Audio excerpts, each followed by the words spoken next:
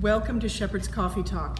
We are back. We were so intrigued with our discussion last time. We've asked Colette to come back. Yeah, we wanted to talk more about her story, really, to find out about you went from the dream of being Mary Tyler Moore to being the Queen Bee at Rogers, but there's, lots that you've seen along the way, lots that you've encountered and has challenged you along the way to make you the grounded visionary that you are today, and also a terrific mentor to people. So talk a little about your experience coming up through the ranks, as they say.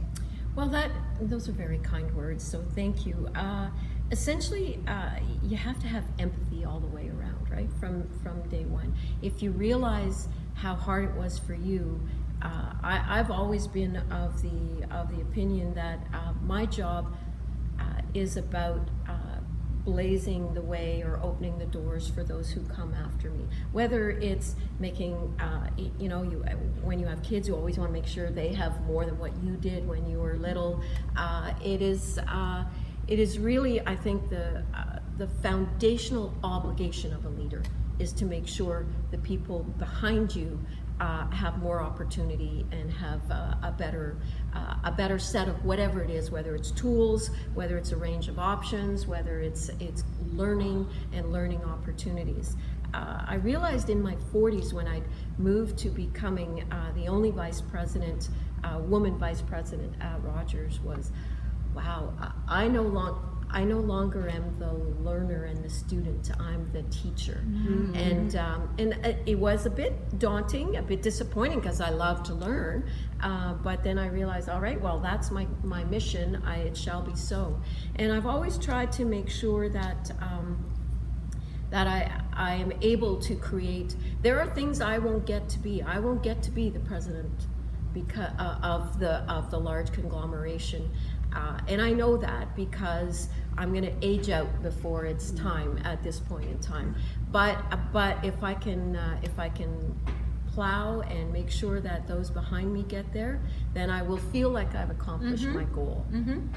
Now you're talking about age, right? And you're talking about, and that's a question we have a lot of our clients who have maybe retired or were let go in the 40s, 50s, or 60s and want to either re-enter the workforce or contribute. But is there an appetite to have an older person, woman or male, enter back into the workforce?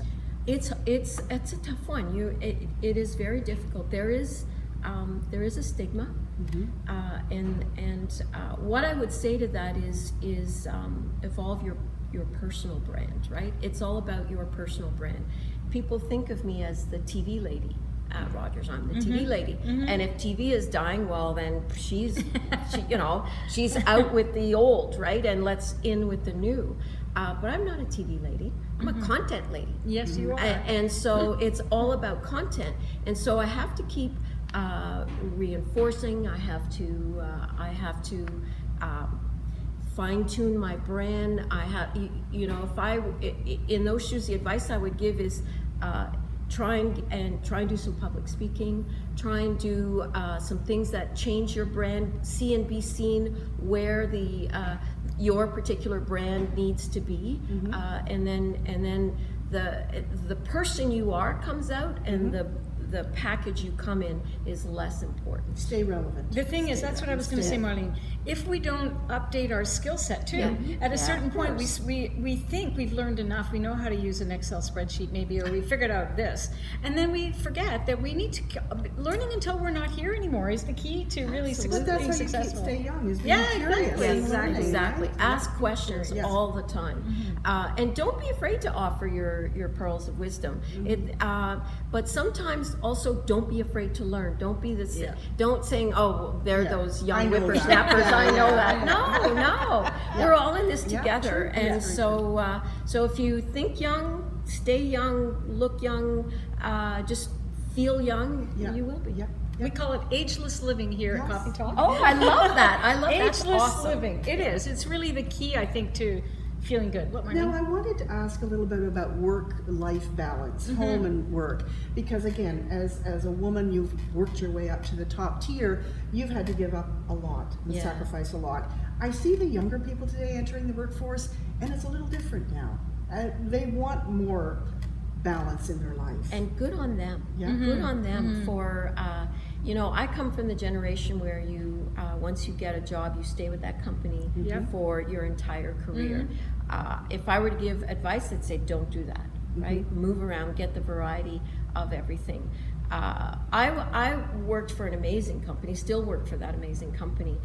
When I worked 3 days a week until my son went to grade 1, and I made it work because that was important. We define I define work-life balance a little differently than 12 hours of this and 12 hours of that. There are periods of intensity in your life where you realize this is what I need to do. And then there are periods where you do something different. So when I had my children, they were the focus. And I stepped out, which can be dangerous, but I did it, and I was lucky enough to, when I came back, I was still able, it didn't impact my career trajectory. But I think of work-life balance more as in periods of time as opposed to on a daily basis. Well, that makes sense, because there's ebbs and flows in your life, and as long as you can adjust to them, you don't want to add the pressure and the stress in your life, right? Right.